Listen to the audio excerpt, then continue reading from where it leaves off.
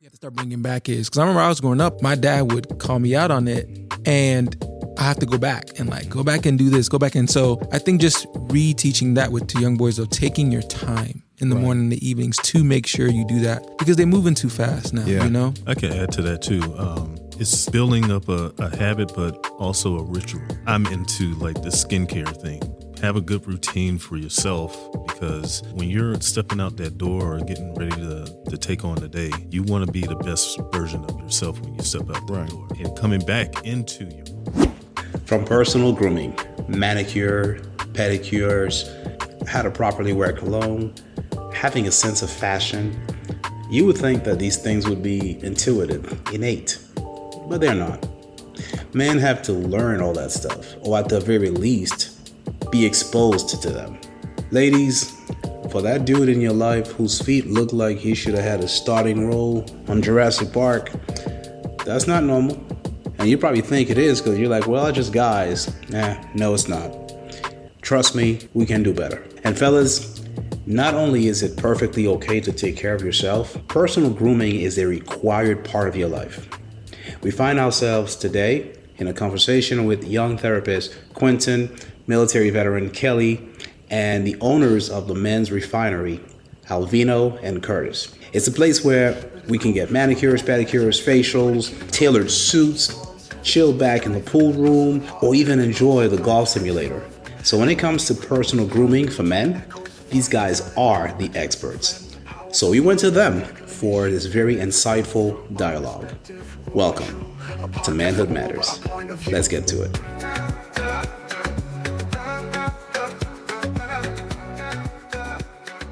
A super cool episode, because this is something I've been wanting to talk about. People talk about metrosexuals, people talk about grooming. I even heard grown women complaining about personal hygiene from their dudes. Right. So there's so many things that we can touch on here. And it's not just about pampering ourselves, coming in for a manicure and pedicure. There's so much more to it. And this, I think, is more of a gift, to ourselves, but I think to our partners, our spouses, how we take care of ourselves, how we show up. So I want to introduce first the owner of this dope-ass establishment. It's called the Men's Refinery. And I want to tell you real quick, Cedric, I thought about something like this a long time ago, years ago. I was going to call it the Lion's Den. Yeah. And then I realized it was about 15 Lion's Den that already existed. But it wasn't a passion of mine. It was just something that I felt was missing. I was living in Memphis, Tennessee. I felt something like this was missing. Yeah, thank you. Absolutely. I'm Cedric Mews. I'm the owner of the Men's Refinery. The Men's Refinery is a clothing and grooming lounge specifically set up for men. We offer haircut, shaves, manicures, pedicures for men. We do custom clothing, custom shoes. Mm-hmm. We have a members lounge and also a golf lounge. And I came up with this concept, I don't know, it's probably been 15 years ago. And the reason that I came up with it is because my wife invited me to come out and get a manicure and pedicure with her. So she drugged me to the salon and I actually really, really enjoyed the experience. Mm-hmm. But I hated the environment. Yeah. You know. I know what you mean. The smell of, acetone in the air. Yeah. And even the other women that were in there, there were women that were sitting across from me. They had on skirts that looked like belts. So they were constantly crossing their legs. I could tell that they were uncomfortable with me sitting across from them. So I was thinking, man, it'd be really nice to create a place where a man can go and comfortably get services like this done. Yeah. And I partnered up with Alvino Sanders, who was my barber at the time, and my other partner, Gary Moore. And Gary kind of specializes in the clothing side of it. Vino kind of specializes on the grooming side of it. And for me, I'm pretty much operations. That's kind of my background. So we kind of all teamed up. I pitched the concept to them. We put in the work, sweat equity, and created the Men's Refinery. It's a beautiful place. I walked in here this morning. I was totally impressed. You hit the nail on the head, brother. I appreciate it. It's a great place, and I can't wait to start coming here. And it's a little drive away, but it's one of those things where you dedicate a day to just taking care of yourself. Everywhere in Atlanta is a destination. Man, what? Yes. Exactly. And would you introduce yourself, brother? My name is Quentin Opong. I am, well, first and foremost, I would identify myself as a disciple of Jesus, a believer. I'm a husband, and I'm also a therapist, a mental health therapist. Almost 5 years now. And man, I enjoy it. I tell people all the time, it's a calling. Most people, I don't think, wake up when they're kids and say, I want to be a therapist. But it finds you, you know, it finds you. And so I just really enjoyed this work. And Cedric was talking about men having a space. I particularly have found more and more, the more I've done this work, how much men don't feel like they have that space just to either be pampered, to take their armor off, as I usually say in therapy. That's just been a big passion of mine these past couple of years, just really being that space, that safe space for men. And so I'm glad to be here. I'm excited to learn. Thank you for having me, man. I appreciate you being here, brother. Yeah. Hey, this is Kelly Saunders. I'm the founder of Elevate Transitioning Service Members, which is a nonprofit dedicated to helping veterans transition from service back into civilian society. And then I'm also on the planning committee for the Brother Let's Talk About It initiative for the 100 Black Men of South Metro Atlanta. I'm just excited to be here again to, talk on veterans transitioning and grooming, but to hear other perspectives as well. Yeah. So let's jump right into it. So let's talk about image, perception versus reality. Why does image matter? Let's start with you, Cedric. What are your thoughts on it? Image is everything. And the reason I say that, because your image gives the people around you a perception of who you are. And people make an opinionated guess of who you are within the first 3 seconds of when they meet you. So image doesn't always have to be dressed up. You mentioned that you're most comfortable in your T-shirt, and that's okay. But when you couple your grooming with that, your eyewear, your beard, your haircut, all of that helps to make your image. It's important depending on which space you're operating in. If you're going for a job interview, you want your perception to look a certain type of way. If you're trying to entice a young lady, you want your image to look a certain type of way. And if you're just hanging out with the guys, you want your image to look a certain type of way. Yeah. But there's something called perception and reality, because many times with your image, the perception is your individual thoughts about how you look, about how you feel about yourself. And then there's a reality portion of it, especially when it comes to fashion. I had the privilege of helping out in a fashion show a couple of days ago, and they brought in a group of models. All of them had their own look, their own perception of who they are. And it's interesting, I dressed 3 different guys in a more traditional look. It was so much different than what they were used to. Right, they never saw themselves that way. Exactly. And one of the things that they asked me, they were like, how did you know I would look good in this outfit?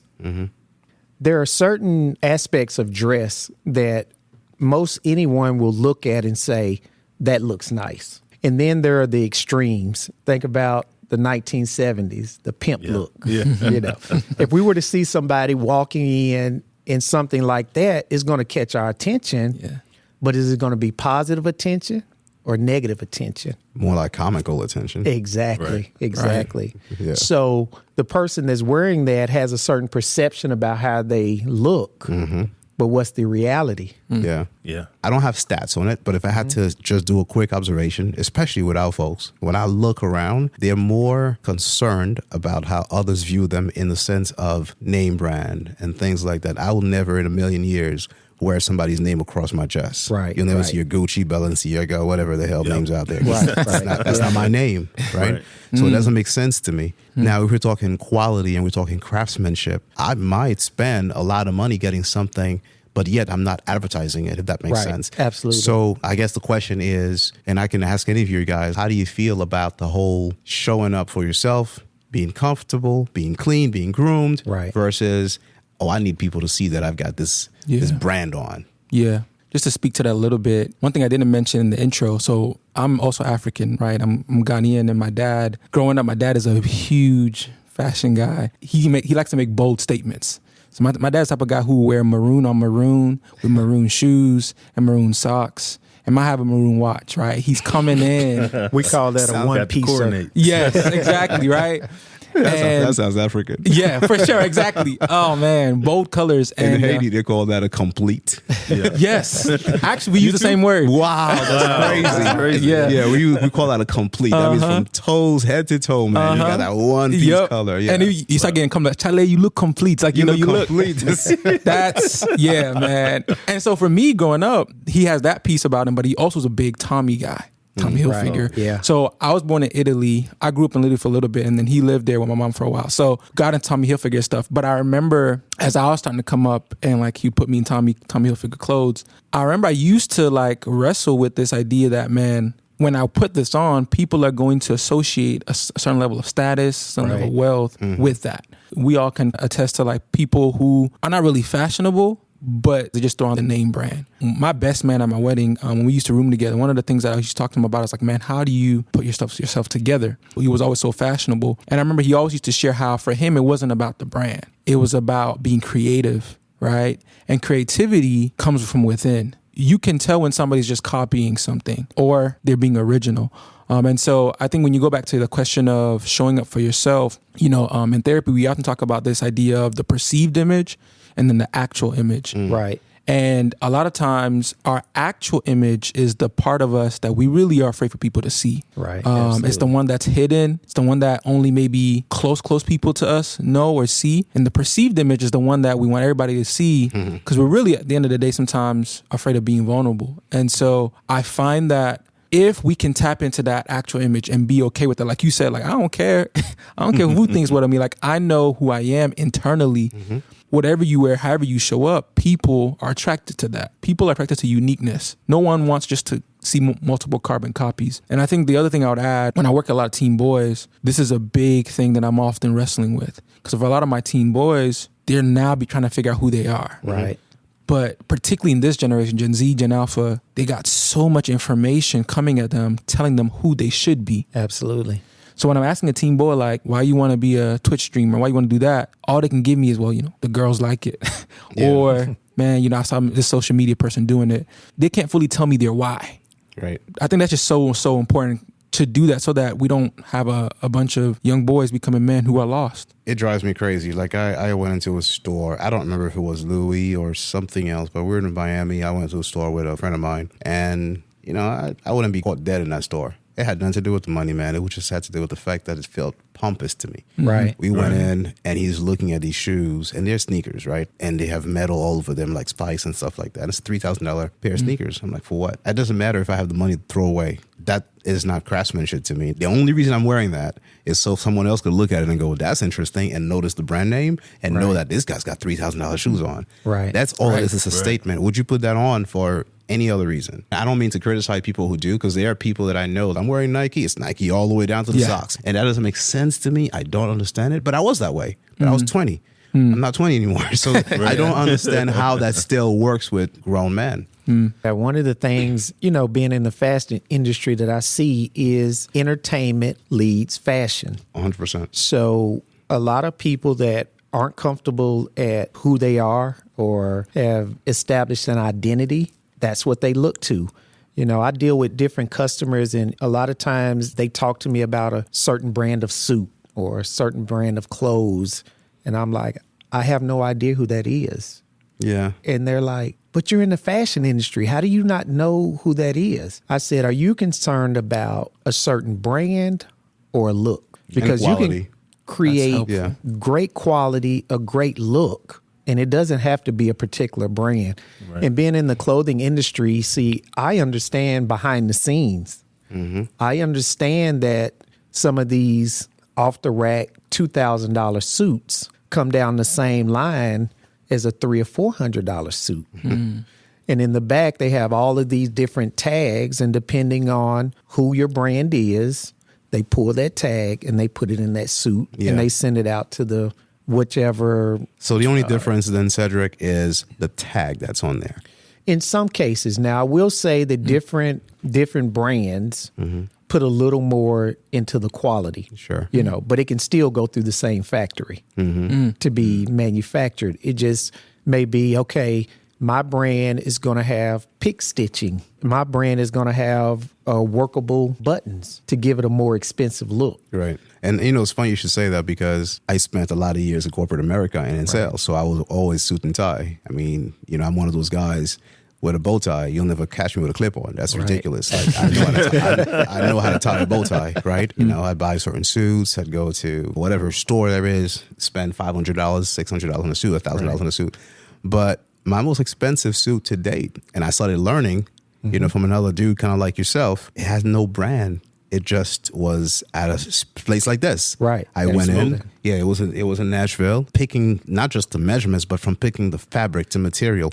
What do you want on the inside? Right. What do you want that to look like? What do you want this to look like? What kind of stitching you want? He was asking me questions that I didn't even know existed. I didn't know what I didn't know. Right. And I was like, dude, I have no clue. You need to guide me. I mean, I already knew going in it was going to be expensive. Right. Right. But the brand on the suit is a label with my name on it. Right, absolutely. Because you can get it done any way you want. So with myself and my wife's name on it and a date. I hate when I hear someone, especially men, oh man, this is so-and-so. This is Balenciaga. Them shoes are ugly, bro. What are you talking about? Why is it? I don't know how much it costs, but understand it's a stupid ass shoe. I don't understand why you would spend a lot of money. Because if that was sitting at Payless for $15, you wouldn't look at it twice. Absolutely. And we just get caught up into that.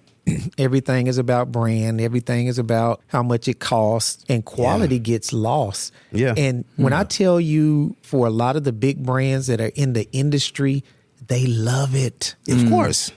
Because they don't have to spend money on their end putting in the quality. Yep. To find a good quality pair of dress shoes now, it's almost impossible.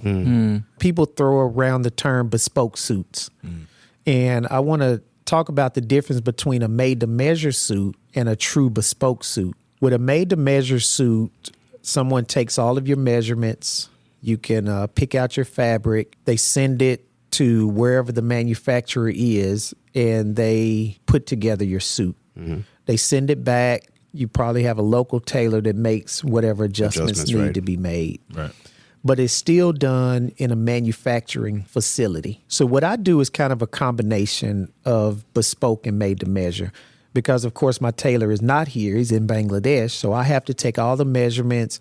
He sends me all of the suit books. So these are the same suit books as far as the fabrics that he has. So I pick out the fabric, do your design. I send all your measurements over to them, and they hand make the suits.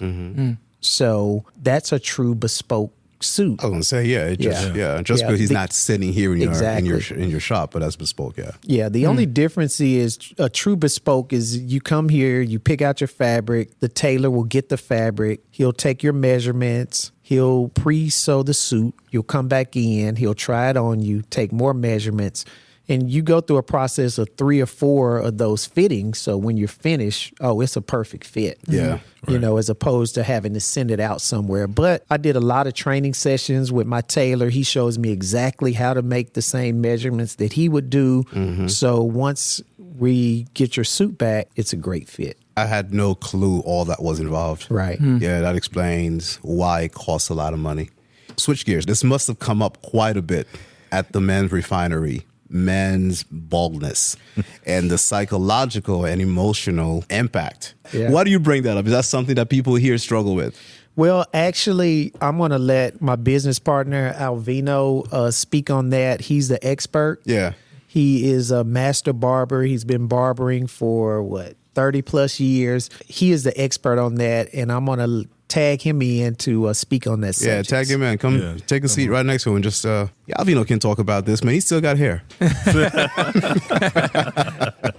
Welcome, brother. Hey, how you doing? Going good, man. Introduce yourself if you don't mind. My name is Alvino Sanders. Everybody affectionately calls me Vino. As Cedric mentioned, I've been in the hair industry for 30 plus years. I've worked on all types of hair. I do women's hair as well. But since we started the men's refinery, I've kind of focused my energy on helping men with their appearance. I remember I started thinning when I was in my 20s. What's crazy is for me, it was extreme, right? Because I had every type of hairstyle, but then I had locks. So I went from having locks going down to my back, but it was thinning.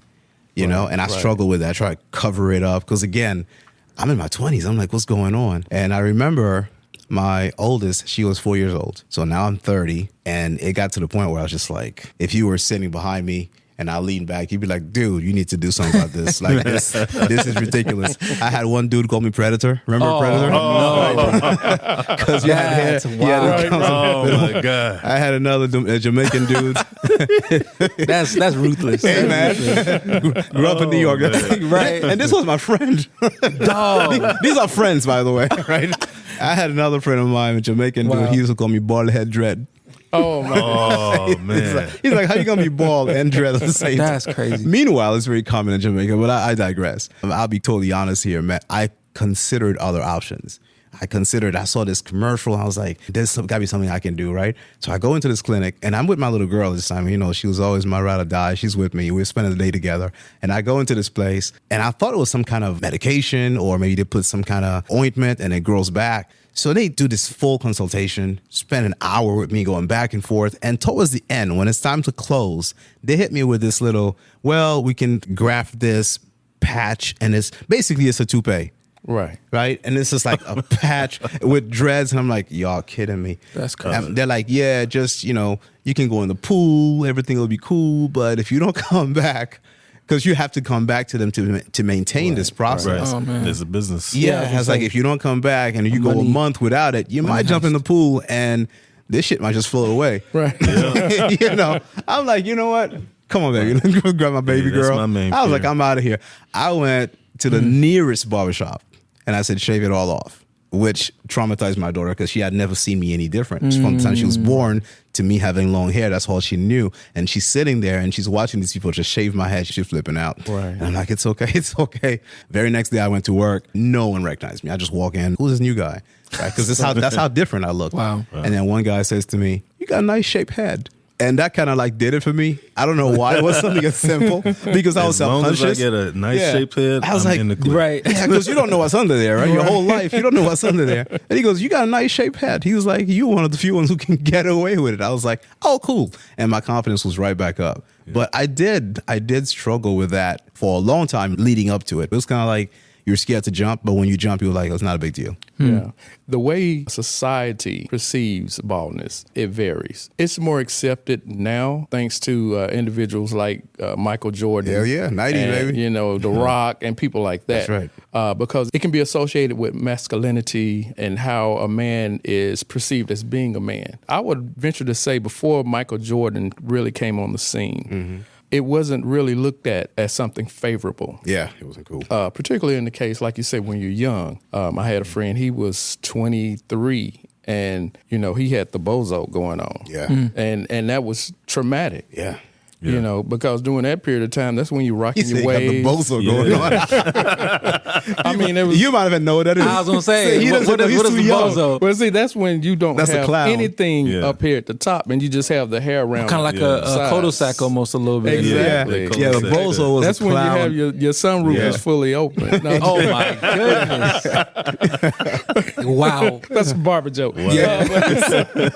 But yeah, it can be very traumatic. Yeah. Because how people perceive you. And like you mentioned, now there are options, but it really depends on the individual on how they look at themselves. Right. And also what type of field of employment they're in. It makes a difference too. If For you look men? at it yeah. Like what? Yeah. What job? Well, take for instance, news. Okay. You'll see. Oh, I see. You'll see newscasters. You rarely see any newscasters that are completely bald. Yeah. Yeah. And it's just don't the even know any. perception Yeah. wow. that they have. I never thought about that. Yeah. Yeah. And like I said, nowadays it's becoming a little bit more accepted, but before it was really rough for individuals, Yeah. for men who were losing their hair. You said there are options. What options? Well, there are several different options. As what you were speaking of, it's called a hair unit. They called it a toupee. It is. That's what it is.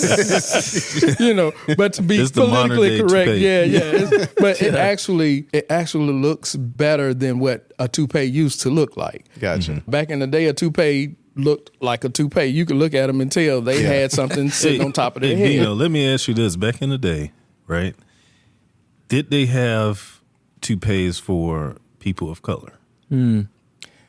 Nah, you Because Not I really. see just went bald. I see Not really. some Not crazy really. you just went man units.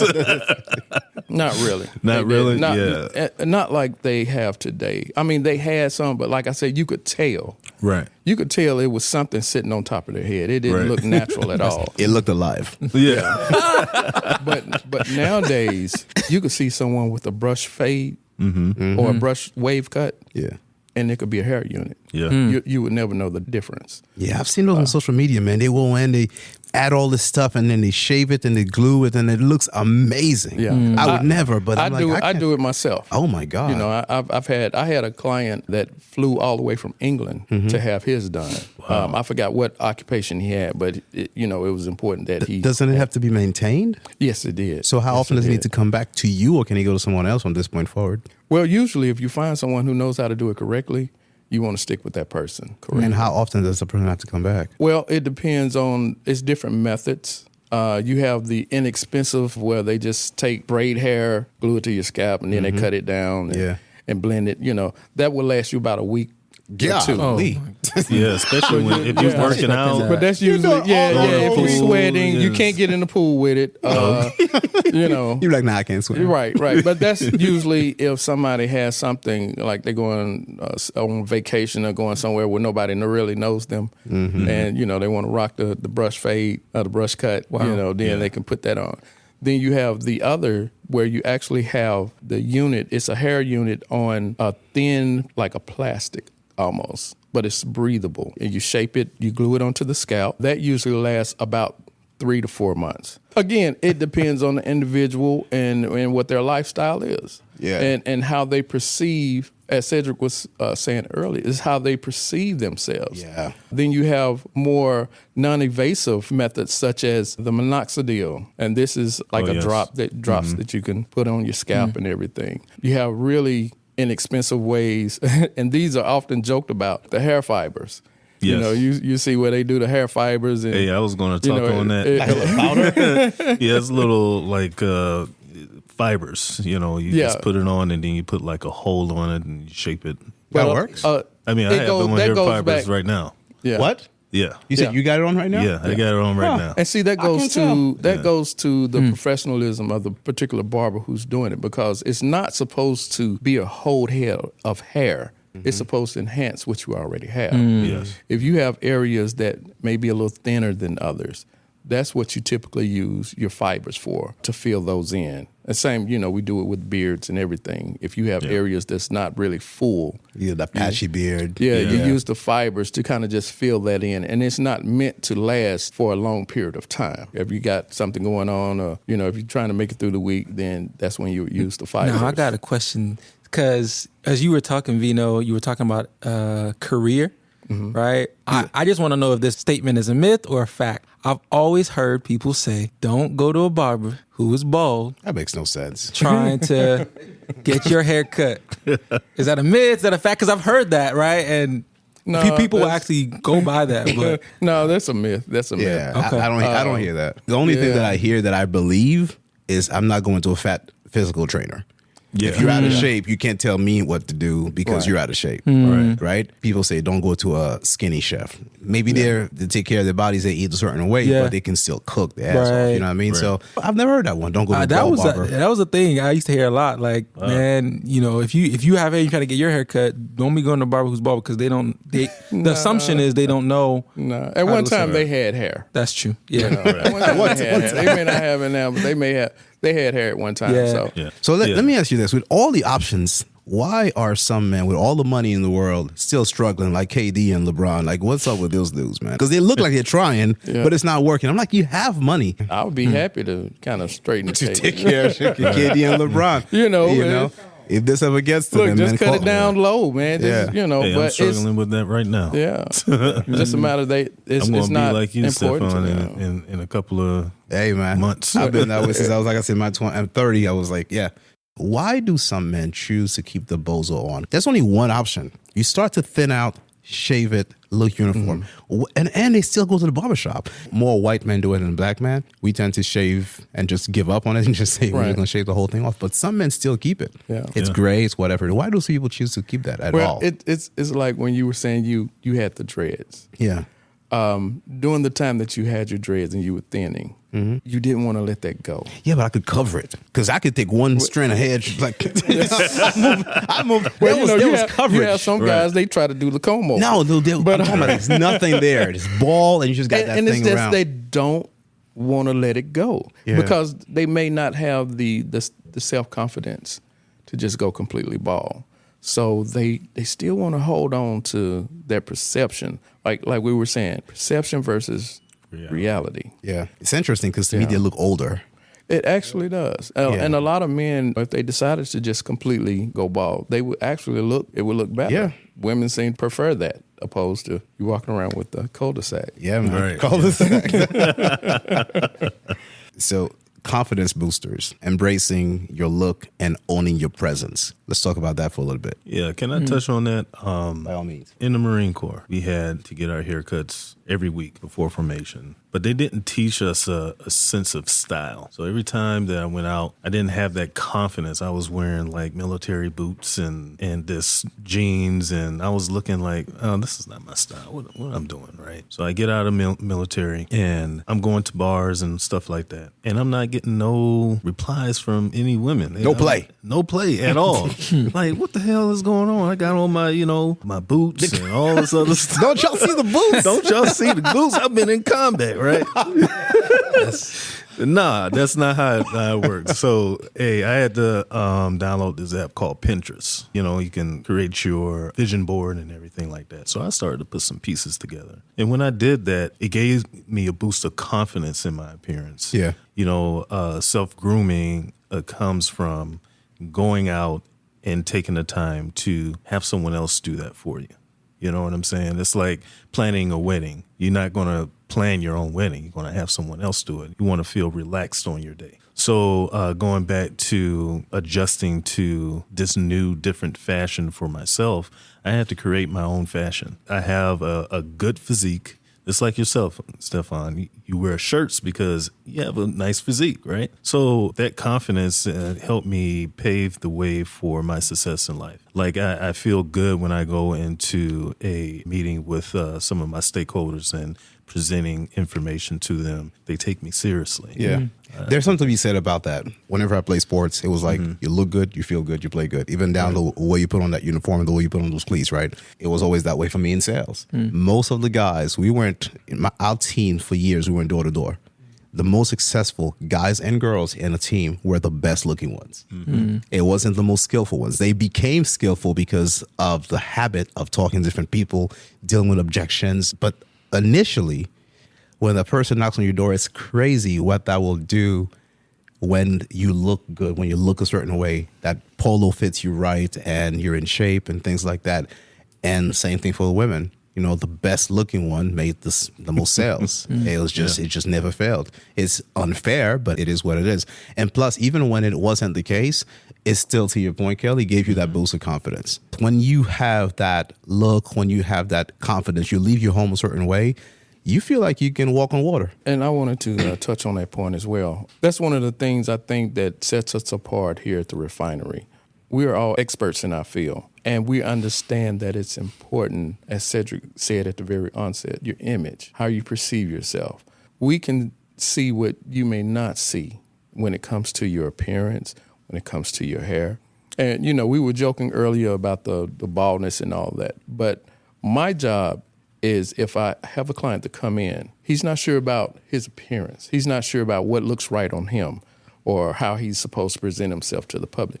My job as a professional is to show him, to give him the blueprint, more or less, as to what looks best on him and how he should be perceived, be it hair fibers, be it hair units, be it if he wants to just go completely bald. That's where my expertise comes in. And like I mentioned, we were joking, but all seriousness, how you feel about yourself is more important than what anybody else feels about you. 100%. So you guys have more of a consultative approach. Exactly. And then you kind of go from there.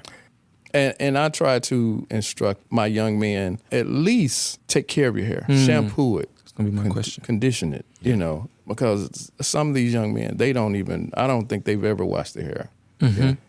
All they want to do is do the sponge and keep it moving. And honestly, just to be transparent, that was me. and still sometimes I'm still working through it, where my dad was always big on me getting a haircut, right? Making sure everything was clean. Growing up, it was don't have too much at the top. But no one ever really told me how do I actually take care of my scalp. I'm just curious, where do you even start with young men when you're putting young black men? Because like I remember I've tried so many different products, like the As I Am and Did you ever try Soul Glow? Because that's where it's at. You've never heard of it. You never heard of Soul Glow? It's a joke. Right. I caught on when he said that. I was like, But for real, like, where do you start with young men when like? Well, I will say this much, and a lot of people don't understand products that are on the market are not specifically for us. Caucasian hair tends to be oily, so their products are designed to strip oil from the hair. Our hair is not oily. It's typically dry. That's why we have to put grease and moisturizers and things in it. So when it comes to like shampoos, things of that nature, try to go with brands that are designed for our hair, because what you wind up doing if you're using a particular shampoo and you're shampooing your hair and you're trying to figure out why my scalp is always dry, why is my hair always, because it's stripping your whatever oils that you have, it's stripping them out of your hair. I would advise like going to beauty supply stores and purchasing, opposed to, let's say, going to Target or Walmart, because they have a small section for us. But, you have more variety if you go like to a beauty supply store and purchase your shampoos and things of that nature. So what you're saying is I need to go and ask for Soul Glow. That Soul Glow gonna have you going. Hey, hot commodity. Right. You said something earlier, Vino, that's going to help me segue to this next part of the conversation here. And I want to talk about something that you would think would be second nature. You would think would be pretty straightforward, but it doesn't seem to be. I had a gentleman I was talking to a few weeks ago. He was saying how his ex-wife called him and said, our son is not taking care of his body in terms of hygiene. And it was clear that he had never been shown how. And so he goes, that's my bad as a dad. We just assume that at some point you just know how to do that. Right. So what happens is when certain things are not imparted upon you, I think we grow up thinking that people just know how to do these things. Women will complain and go, yeah, he's not the best at hygiene and things like that. Right now there's a trend going around the internet. Every black person has rejected that trend, thank God. But it's a trend about how you only need, as humans, the way we evolve, we only need to shower once every 3 days or shit like that. Obviously, we're like, nah, bro. Yeah. I'm not leaving the house, until I shower. I'm not going to bed without taking a shower. What are your thoughts on personal hygiene, from manicure, even the way we wear cologne? How offensive it is. Do you put too much on? Do you know how to put it on? I'm glad you brought that up, because our nail techs probably would kill us if we didn't bring this up. Nail care for men. As you noticed, when you come in, we have pedicure bowls. We offer nail care for men, manicures, pedicures. One of the myths that men have is that pedicures and manicures are for women only. Yeah, make you soft. Yeah, it make you soft, and you trying to be pretty and all that. Yeah. That concept derived from, in order for you to get your hands and feet done, you had to go to a female establishment. You got the nail polish and it's all pretty and pink and everything. So it makes you uncomfortable to be in that setting. But it's important that you do take care of your hands and feet just like you do any part of your body. That was the driving point when Cedric and I came up with this concept, is to create an atmosphere where men feel comfortable taking care of their hands and feet. As one of our nail technicians affirmed, she always asks their clients, how long have your feet been taking care of you? I like that. And once they get it done, they're like, man, I should have did this a long time ago. Yeah. Right. It's a wonderful experience. Yeah. And we have two very exceptional nail technicians that are part of our team here. Awesome. Yeah, even down to like wearing cologne. I could be wrong about this, but I believe it was invented in France, and it was really to mask people not showering and taking care of themselves, just kind of cover themselves up with perfume. And I was in an environment once where I remember this woman, she walked in the room and we went into the break room. She could have been gone 20 minutes. I would walk in and go, damn, was Jackie in here? And sure enough, Jackie was in there. Wow. Because it was almost offensive. Not that it smelled bad, it was just too much of it. This is something my uncle showed me a long time ago. because I wear cologne, and it's 2 spritzes. Like I get out of the shower, it's on my skin because it has to mix with body chemistry, a little bit on my wrist, and I'm done. I put my clothes on. You're going to smell it if you're close to me, if you come in for a handshake, if you come in for a hug or something like that. If I'm in the elevator, you might be like, hey, that's a nice cologne. What is that? But I'm not going to walk through a hallway and every room can smell me. Right. And if you're in the car with me, it's unbearable and you're going to have headaches. Because I've seen dudes sprayed all over their clothes, all the way down their pants leg. And I'm like, what are you doing? Yeah, they're showering. Yeah. Yeah. It's supposed to act as an enhancement. Yeah. A lot of times men tend to want to overdo it. Yeah. Drink bait. Hey, I was like that myself. You know, Sprayed all over you. sprayed all over me. Yeah. The expensive Creed cologne and stuff like that. But with Creed cologne, You got to make that Creed last, too. you That got shit's to too make expensive. it's expensive. And on top of that, it is already strong. If you understand the way cologne works, Yes, it works differently on me than it will on you. exactly. You know, like my wife will smell something on me and she's like, I like the way that smells on you. It's not even my favorite cologne, but I like the way that smells on you. And it's different, which is why it goes on your It works Your with your skin, body your chemistry. skin. Exactly. Yeah.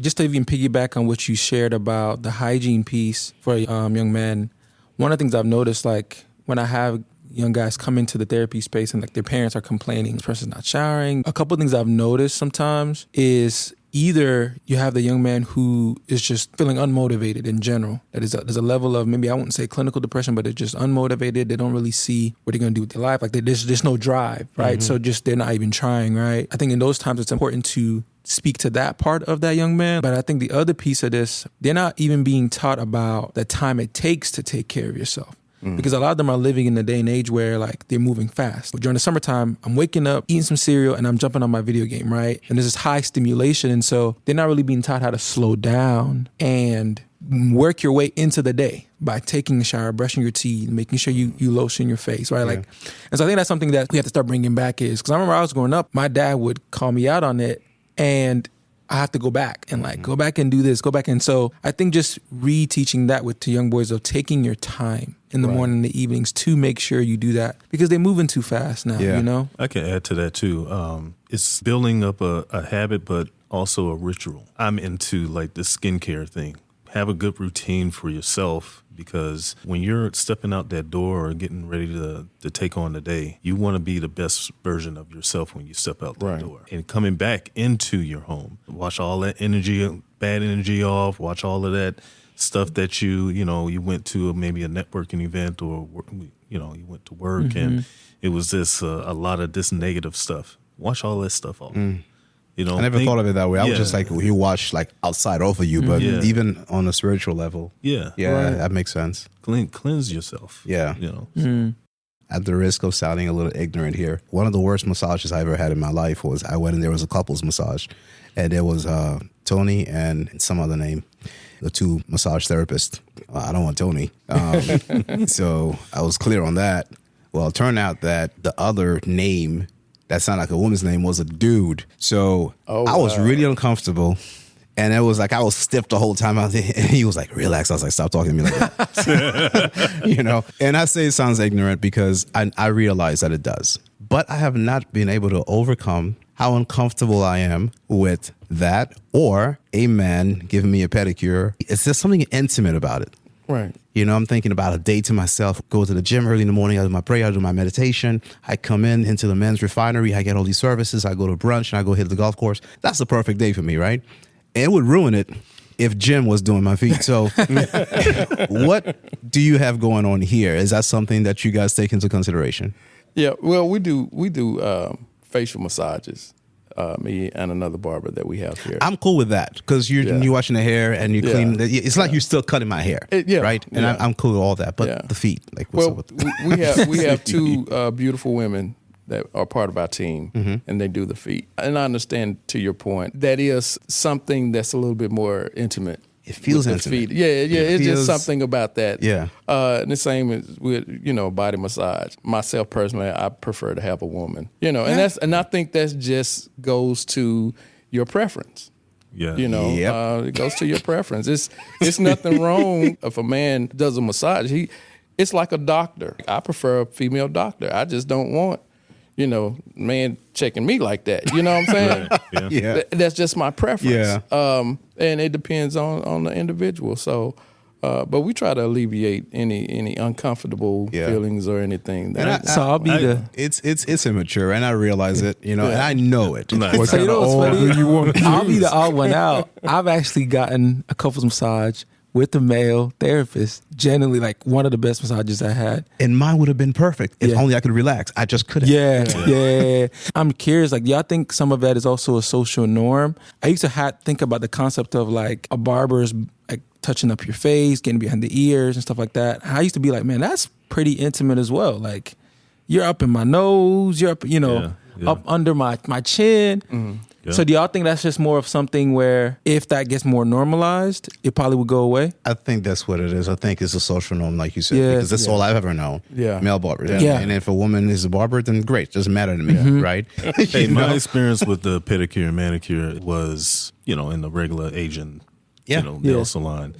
And the one thing that I found, I would say, disrespectful is them talking to one another in a different language, and I'm not sure if they're talking about my feet. And I've heard bag, that. Oh, yeah. They were talking about your feet. Yeah, they were talking about that. Look at this guy. In case you didn't know. Look at this feet. Especially if anybody started laughing. Right. They were talking about Yep. But when I came here at the men's refinery, right.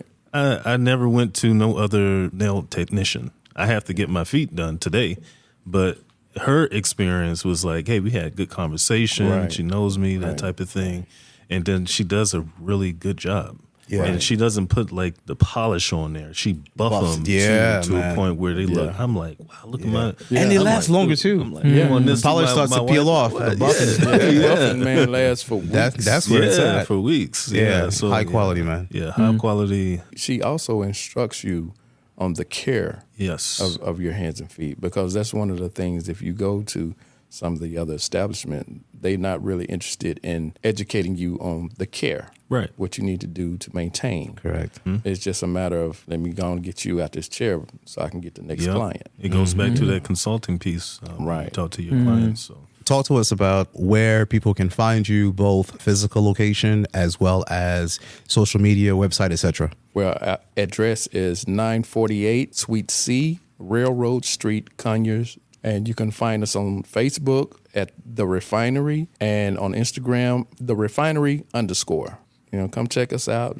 I guarantee you it's an experience like no other. We pride ourselves in setting ourselves apart from any other establishment that is in this particular field. Just the look alone from you walking in, I can tell. When I walked in, I was like, yeah, this is dope as hell. We're open from Tuesday to Saturdays, from 10 o'clock to 7. Fridays and Saturdays, we open up at 9. Fantastic.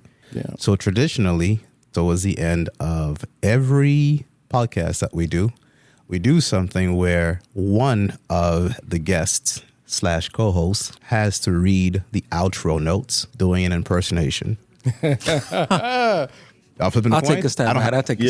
Go ahead. I'll take a stab at it. The outro notes, All right.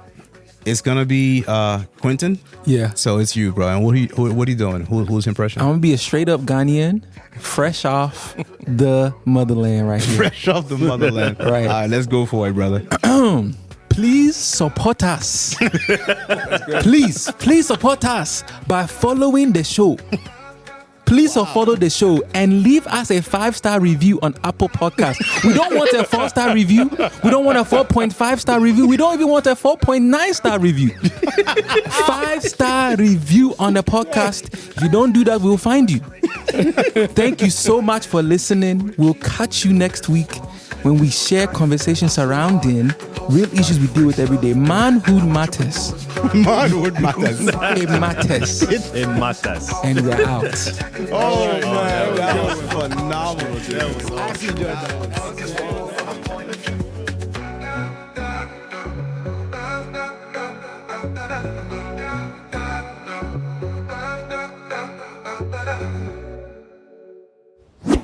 Hey everyone, I'm Eva, Steph's youngest daughter.